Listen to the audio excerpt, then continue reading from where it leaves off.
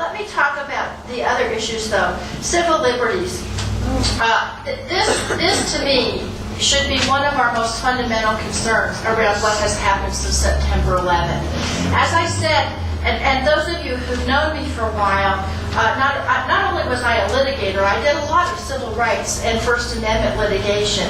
And as I said at the time, if the result of September 11th is that we lose our civil liberties in this country, then the terrorists will have won, period. Yes.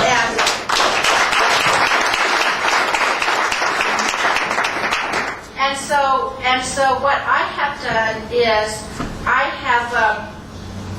voted against the Patriot Act, and I'll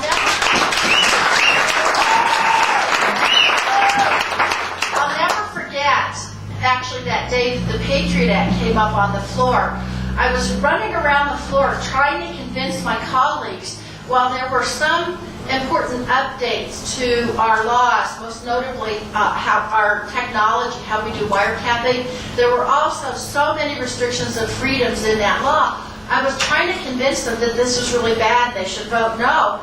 And they all just kept saying, you know, I can't do that politically, the support for the war is too great, and we'll have to fix it later. And I was just beside myself, and for good reason.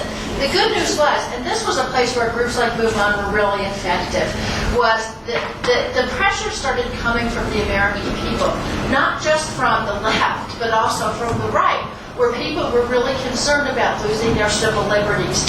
And so now that the Democrats are back in the majority, there's an outpouring of legislation to try to restore these civil liberties. One of the most important bills is H.R. 1416, the Habeas Corpus Restoration Act of 2007. Co-sponsor of that bill, sponsored by my friend Jerry Nadler from New York, and that bill's coming up for hearing in the Judiciary Committee in the next few weeks, I think. So I think we're going to work really hard to pass that.